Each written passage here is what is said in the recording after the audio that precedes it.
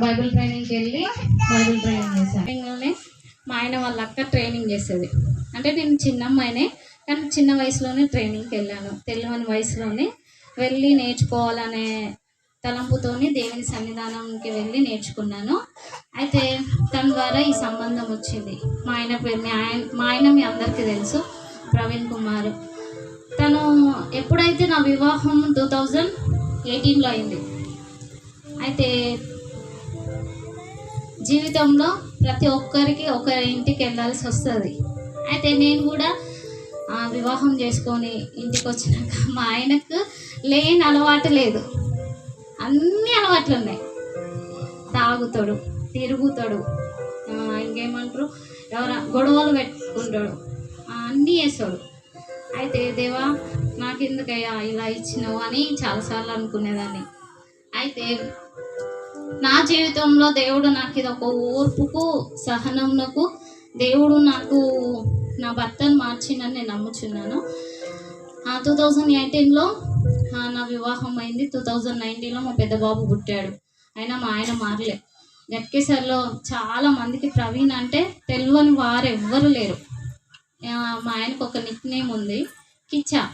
కిచ్చా అంటే సైకో అంట. అంటే ఆ పేరు అలా పెట్టుకుంటారు.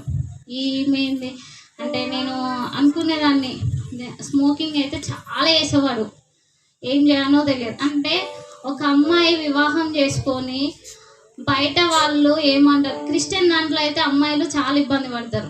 బయట అందరు ఉంటారు కాబట్టి అయ్యో నా భర్త వస్తుంటే తాగుతూ వస్తుంటే ఎవరేమంటారో, ఎట్లా అవమానిస్తారో, ఎలా భరించుకోవాలి దేవా అని చాలాసార్లు బాధపడతాం. అందులో ఏమైందంటే దేవుడు మళ్ళీ మా ఆయన ఏం పని చేయకపోయేవాడు. ఎందుకంటే నాకు గోల్డ్ వేశారు కదా, ఆ గోల్డ్ అంతా తీసుకొని ఏం చేశాడు, బ్యాంక్లో పెట్టి డబ్బులు తెచ్చి తాగేవాడు, తిరిగేవాడు. అనుకునేదాన్ని దేవా నువ్వు మారుస్తావు దేవం అంటే. నేను కూడా ప్రతి ఒక్కరో ఇంటిలో గొడవలు ఉంటాయి, అది కంపల్సరీ.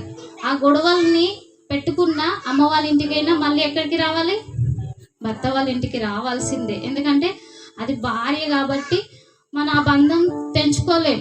దేవుడు ముడివేసిన బంధం కాబట్టి ఆ బంధాన్ని తెంచుకోలేక ఏం చేస్తాం, కంపల్సరీ భర్త వాళ్ళ ఇంటికి వస్తాం. మనకు ఓపిక సహనం ఉండాలి. కానీ నాకు ఎందుకు దేవా అంటే నేను పడేదాన్ని గొడవలు, తన అనే మాటకి ఎదిరిచ్చేదాన్ని. ఏంటిదంటే దేవుడు అన్నాడు నేను ఇట్లనే నెమ్మదిగా ఉంటే ఆయన ఇంకా అలానే చేస్తాడేమో, ఒకవేళ నేను గట్టిగా మాట్లాడేమో అనుకునేదాన్ని. కానీ మారకపోయినప్పుడు 2019లోనే మరలా నాకు ఏమంటారు 2020లో నాకు దేవుడు బేబీని ఇచ్చిండు. అక్షయ్ ఏంజలినా ఆమె అంటే మా బావ వాళ్ళు పాపను తెచ్చుకున్నారు. వాళ్ళకి పాప లేదు కనుక నాకు పాప కావాలి అని అన్నాడు. దేవా పాప కావాలంటున్నాడు. అప్పుడైనా నీ సన్నిధానానికి వస్తాడేమో అనుకున్నప్పుడు 2020లో నా బిడ్డ ఎప్పుడైతే పుట్టిందో తన ద్వారా నా భర్త ఒప్పుకున్నట్టు వచ్చిండు. తను క్రిస్టియనే కానీ దేవుని మీద అంతా ఏమంటారు ఫ్రెండ్స్ సర్కిల్ ఎక్కువ, అందరు రాజకీయంలో ఉన్న వాళ్ళందరితో సర్కిల్ ఎక్కువ, వాళ్ళతో తిరిగేది, చేసేది, తాగేది, వచ్చేది. కానీ నేను స్టీఫెన్ అయ్య గారు వాళ్ళ మీటింగ్స్ మా మందిరంలోకి వెళ్ళేది, ప్రేయర్ చేసేదాన్ని, అన్నీ చేసేదాన్ని. కానీ మందిరంలో ఏంటిది, వాళ్ళ భర్త సరిగ్గా లేకపోతే భార్యకు విలువ ఉండదు. కానీ మా చర్చి వాళ్ళు నన్ను బయట అనుకున్న ఈ అమ్మాయికి ఎందుకు ఇంత ఓపిక అనుకున్న వచ్చి అని నా ముందు అనకపోతురేమో, కానీ నా వెనుకైతే అనేవారు అయ్యో మా భర్త సరిగ్గా లేదు. అదే చర్చ్ నేను ఎక్కడ కూర్చుంటానో వర్షిప్ జరిగేటప్పుడు నాకు అన్ని ఇట్లా ఆరేటి, దేవా ఎందుకు నా జీవితం ఇదేనా, ఇంతేనా, నా ట్రైనింగ్ ఎందుకు వేయించాం, ఈ బ్రతికేందుకు అని చాలా బాధపడేదాన్ని. మీ అందరికీ తెలియదు బాయ్స్ ఏం పెట్టుకుంటారు, బెల్ట్. ఆ బెల్ట్ దెబ్బలు నా ఒంటి పైన చాలా పడ్డాయి. అంటే తన కోపం తీసుకునేది కదా, ఆ యొక్క మత్తకి నేను ఆ దెబ్బలకి బానిస అయిపోయేదాన్ని. కానీ నా దేవుడు నా కన్నీళ్ళని చూసి దేవుడు ఏం చేసిండు, ఇప్పుడు కన్ఫామ్గా నా భర్తను మార్చేదే కాకుండా ఆయనను పిలుచుకున్నాడు దేవుడు సేవ చేయడానికి కూడా. అంటే దేవుడు ఎంత మూర్ఖుడైనా మనం ప్రార్థిస్తాం కదా, మన ప్రార్థనకంటూ జవాబు వస్తుంది. ఇంకేంటిదంటే నాకు 2024లో జూన్ 16కి నా చిన్న బాబు పుట్టిండు. ఎందుకంటే ఈ బాబును అనుకోలేము మేము.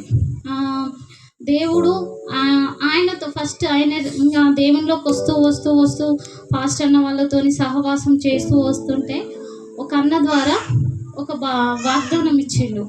ఆ వాగ్దానం ఇవ్వడంతోనే ఆయన ఇంకా గట్టిగా మార్నింగ్ 4 o'clock లేసి ప్రేయర్ చేసుకోవడం, దేవునితో గడపడం ఈ విధంగా జరుగుతూ ఉంటే దేవుడు అదే విధంగా నాకు చిన్న బాబుని ఇచ్చాడు. ఇప్పుడు మా కుటుంబం అంతా దేవుని సేవలోనే ఉండాలనుకుంటున్నాము. మీరు ప్రార్థన చేయండి మా కోసం కూడా. ఎలాంటి వాడైనా యేసయ్య దగ్గరికి వస్తే, యేసయ్య దగ్గర కన్నీళ్ళు పెడితే మన కన్నీళ్ళంట ఆయన బుడ్డిలో ఉంచబడతాయంట. ప్రతి ఒక్కరి కన్నీళ్ళు ఆయన బుడ్డిలో ఉంటాయి. ఈ లోకంలో మనుషుల ముందు ఏడుస్తున్నామా, వాళ్ళు చూడరు. దేవుని ముందు ఏడిస్తే ఆ కన్నీళ్లకు విలువ ఉంటుంది. చాలా మట్టుకు మనం ఏమంటాం, మనుషుల ముందు, స్నేహితుల ముందు, బంధువుల ముందు మన యొక్క స్థితిని ఏం చేస్తాం, మనని మనమే పోగొట్టుకుంటాం, మన పేరుని. కానీ ఎప్పుడైతే మనం ఆయన ముందు ఏడుస్తామో ఆ కన్నీళ్ళంట దేవుని యొక్క బుడ్డిలో ఉంచబడతాయి. వాటికి లెక్క ఉంటుంది. ప్రతిరోజు నువ్వు ఎక్కడైతే హింస పొందినవో ఆ చోట దేవుడు లెక్క చెప్పాలి. ఆ చోటు చెప్పుద్దంట. నువ్వు ఒకవేళ ఇంట్లో హింసపడ్డావా, వీధిలో హింసపడ్డావా, లేకపోతే ఎక్కడైనా వెళ్ళేటప్పుడు మాటల చేత గాయపడ్డావా, ఆ ప్రతి ఒక్క సృష్టి దేవుని న్యాయపీఠం ఎదుటకు వచ్చి చెప్పుద్దంట, ఇదిగో నీ బిడ్డ ఈ విధంగా పడ్డది అని. కానీ నేను ఎన్ని కష్టాలు పడ్డా ఇప్పుడు నాకు సంతోషం ఉంది. ఎందుకంటే నా దేవుడు, నా జీవం కలిగిన దేవుడు ఉంటుంది. ప్రతిరోజు నువ్వు ఎక్కడైతే హింస పొందినవో ఆ చోట దేవుడు లెక్క చెప్పాలి. ఆ చోటు చెప్పుద్దంట. నువ్వు ఒకవేళ ఇంట్లో హింసపడ్డావా, వీధిలో హింసపడ్డావా, లేకపోతే ఎక్కడైనా వెళ్ళేటప్పుడు మాటల చేత గాయపడ్డావా, ఆ ప్రతి ఒక్క సృష్టి దేవుని న్యాయపీఠం ఎదుటకు వచ్చి చెప్పుద్దంట, ఇదిగో నీ బిడ్డ ఈ విధంగా పడ్డది అని. కానీ నేను ఎన్ని కష్టాలు పడ్డా ఇప్పుడు నాకు సంతోషం ఉంది. ఎందుకంటే నా దేవుడు, నా జీవం కలిగిన దేవుడు, నా యేసయ్య నా భర్తను మార్చి అదే విధంగా నా భర్తను వాడుకుంటున్నాడు. అందుని బట్టి దేవునికి కృతజ్ఞతాస్తుతులు చెల్లించుకుంటూ ఒక్క చిన్న పల్లవి వాడతా. నేనంటే నీకెందుకో ఈ ప్రేమ, నన్ను మరచిపోవెందుకో, నా ఊసే నీకెందుకో నా యేసయ్యా, నన్ను విడిచిపోవెందుకో,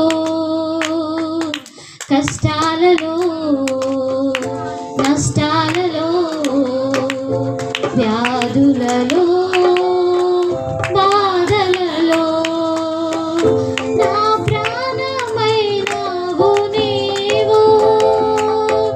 ప్రాణమా నా ప్రాణమా, ప్రాణమా నా ప్రాణమా, నేనంటే నీకెందుకో ఈ ప్రేమ, నన్ను విడిచిపోవెందుకో,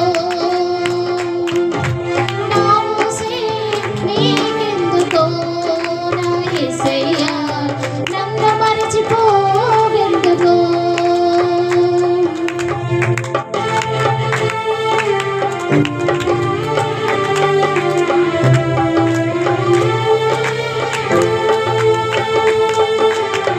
నిన్ను మరచిపోయినా